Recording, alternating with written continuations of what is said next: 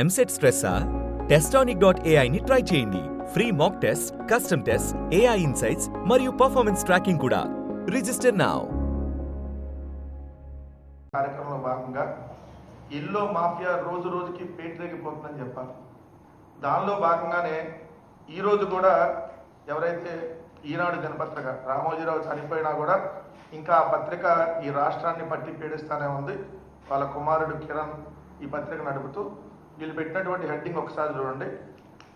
మద్యం సీసాలో వైకాపా మాఫియా అని చెప్పి దారుణమైనటువంటి హెడ్డింగ్ పెట్టి వాళ్ళు రాసినటువంటిది డిస్టిలరీ ప్రతినిధులను తుపాకీతో బెదిరించిన భాస్కర్ రెడ్డి సన్నిహితుడు హనుమంత్ రెడ్డి అని చెప్పి వీళ్ళు రాసింది. గురువింద కిందకి దాని కింద ఉన్న నలుపు తెలియదంట. ఈ రామోజీరావుకి వాళ్ళ కొడుక్కి వాళ్ళు చేసేటటువంటి భాగవతాలు మొత్తం ఇదే కాబట్టి, ఎందుకంటే వాళ్ళు చేసే భాగవతం మొత్తం ఇలా తుపాకులతో బెదిరించి మార్గదర్శి చిట్ ఫండ్ను లాక్కోవటం, లేదా పత్రికల్లో ఏదైతే ఈ పచ్చళ్ళ వ్యాపారానికి సంబంధించి మిగిలిన స్వగృహ పుట్సాలందరూ దొంగలు, వీళ్ళొక్కళ్ళే నీతిమంతులు అని చెప్పి ప్రొజెక్ట్ చేస్తూ పత్రికల్లో రాసేటటువంటి కార్యక్రమం, ఇవన్నీ వాళ్ళకి ముందు నుంచి ఉన్నటువంటి అలవాటే కాబట్టి వాళ్ళు తుపాకుతో బెదిరించి ఏదైతే మార్గదర్శికి చిట్ ఫండ్స్ షేర్లని అక్రమంగా సంతకాలు పెట్టించుకున్నటువంటిది ఉంది కాబట్టి సో అందరూ అలానే చేస్తారనేది వీళ్ళు ప్రొజెక్ట్ చేయాలనేటటువంటి ఆలోచన. ఈ మార్గదర్శి చిట్ ఫండ్స్ ఏదైతే జీజే రెడ్డి, ఆ జీజే రెడ్డి గారి దగ్గర ముందు ఈయన ఉద్యోగస్తుడిగా జాయిన్ అయ్యాడు.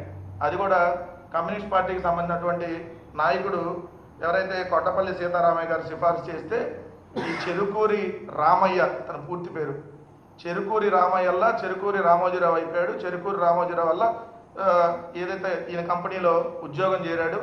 చేరిన తర్వాత 2 సంవత్సరాల్లోనే ఈయన ఒక వ్యాపారాన్ని చిట్ ఫండ్ సంస్థను స్టార్ట్ చేస్తున్నా అని చెప్పి జీజే రెడ్డి గారి దగ్గర డబ్బులు దాంట్లో ఇన్వెస్ట్ చేయించాడు. చేయించిన తర్వాత ఆయన జీజే రెడ్డి గారు అప్పటికే ఉన్న స్థాయిలో ఉన్నటువంటి వ్యక్తి. జీజే రెడ్డి గారికి అనేక కంపెనీలు ఉన్నాయి. ఆయన చెకోస్లోవేకియా అనేటటువంటి కంట్రీలో ఉన్నాడు. ఆయన కంట్రీలోనే అక్కడే చనిపోవడం జరిగింది. చనిపోయిన తర్వాత వాళ్ళ కుమారులు వచ్చి 2 కొడుకులు ఆయన వచ్చి వాటాలు అడుగుతుంటే ఆయన దగ్గర ఉన్న షేర్లు 228 షేర్లు వాళ్ళవి ఉన్నాయి. అడిగితే ఆయన రూమ్లో కూర్చోబెట్టి ఏదైతే వాళ్ళ కుమారుడిని తుపాకి పెట్టి నువ్వు సంతకం పెట్టు, లేదు నిన్ను ఎక్కడ ఎవరుగా పడతాడో చూస్తా, ఈ ప్రభుత్వం కాదు ఏ ప్రభుత్వంలో అయినా నేను చెప్పినట్టుగా నడుస్తుంది, సో ఖచ్చితంగా నువ్వు సంతకం పెట్టకపోతే కుదరదు అని చెప్పి బెదిరిస్తే ఆయన తుపాకీతో బెదిరించి నేను చంపేస్తానని బెదిరిస్తే ఆయన సంతకాలు చేసినటువంటి పరిస్థితి ఫామ్ SH కోడ్పై. దానికి సంబంధించి ఆల్రెడీ వాళ్ళు కంప్లైంట్ ఇచ్చారు. ఆ complaint FIR కాపీలో A1 Ramoji Rao, A2 Shailaja Kiran, ఇది కిరణ్ గారు. సో ఇది రాయాలి కదా మీరు. ఇలా తుపాకులతో బెదిరించినటువంటి సంస్కృతి మాది, మా బతుకులంతా ఎలానే ఏడ్చినాయి, సో మేము ఎలానే బెదిరించి అన్ని వ్యాపారాలని లాక్కుంటాం. రామోజీ ఫిలిం సిటీ కూడా అట్లానే, ఆ రామోజీ ఫిలిం సిటీని ఆ చుట్టుపక్కల ఉండేటటువంటి గ్రామాలకి ఆ రోడ్లు కూడా ఈ రోడ్లోంచి వెళ్ళనీయకుండా మొత్తం చుట్టుపక్కల తిరిగేదాకా చేసాం. సో అక్కడ ఉన్నటువంటి భూములన్నీ అలానే లాక్కున్నాం. సో ఇది కదా మీరు రాయాల్సినటువంటి రాత. ఇది రాయకుండా నిరంతరం జగన్మోహన్ రెడ్డి గారి మీద బురద జల్లుతూ ప్రతిరోజు ఏదో ఒక వార్త. మీరు రాయాల్సింది మద్యం సీసాల వైకాపా మాఫియా అని కాదు, చంద్రబాబు కోసం గుడ్డలొప్ప తీసుకొని నగ్నంగా నిలబడ్డ పత్రికా మాఫియా అని రాయండి. చంద్రబాబు నాయుడు కోసం నడి రోడ్డు మీద నగ్నంగా ఏ పనైనా చేయడానికి సిద్ధపడ్డాం, పత్రిక ముసుగేసుకున్నాం, పేరుకు జర్నలిజం, చేసేదంతా బ్రోకరిజం అని చెప్పి రాయాలి. మీరు మీ బతుకులు.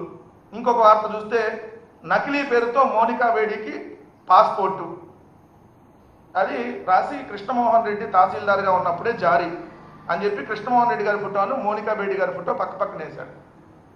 సిగ్గుండాలి కదా, మనిషి పుట్టక పుడితే ఇలాంటి రాతలు రాస్తారా?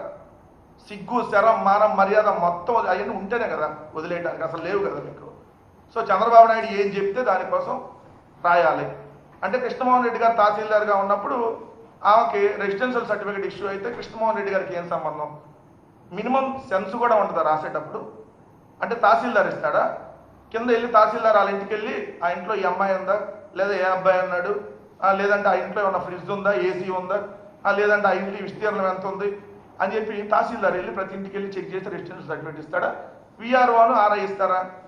ఈ మాత్రం ఇంగిత జ్ఞానం లేకుండా పత్రిక నడుపుతా. ఏం చదువుకున్నావు? ఫస్ట్ నువ్వు చదువుకునే రాస్తున్నావా?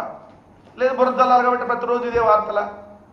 కృష్ణమోహన్ రెడ్డి గారు లాంటి నిజాయితీ కలిగినటువంటి ఆఫీసర్ మీద నువ్వు ఈ విధమైనటువంటి వార్త ఇక్కడ నువ్వు రాయాల్సింది ఏంటో తెలుసా? చంద్రబాబు నాయుడు ముఖ్యమంత్రిగా ఉన్నప్పుడు మోనికా బేడీకి పాస్పోర్ట్ ఇచ్చాం. చంద్రబాబు నాయుడు అనేటటువంటి ఏదైతే ముఖ్యమంత్రిగా ఉన్నప్పుడే మోనికా బేడీకి పాస్పోర్ట్ వచ్చిందని దేశవ్యాప్తంగా హైలైట్ అయితే రాయాలి వార్త. ఎందుకంటే అట్లాంటి నాయకుడు, పెద్ద ప్రపంచ నాయకుడు ముఖ్యమంత్రిగా ఉన్నప్పుడు మోనికా బేడీ గారికి పాస్పోర్ట్ వచ్చింది. అది కదా మనం రాయాల్సినటువంటి వార్త.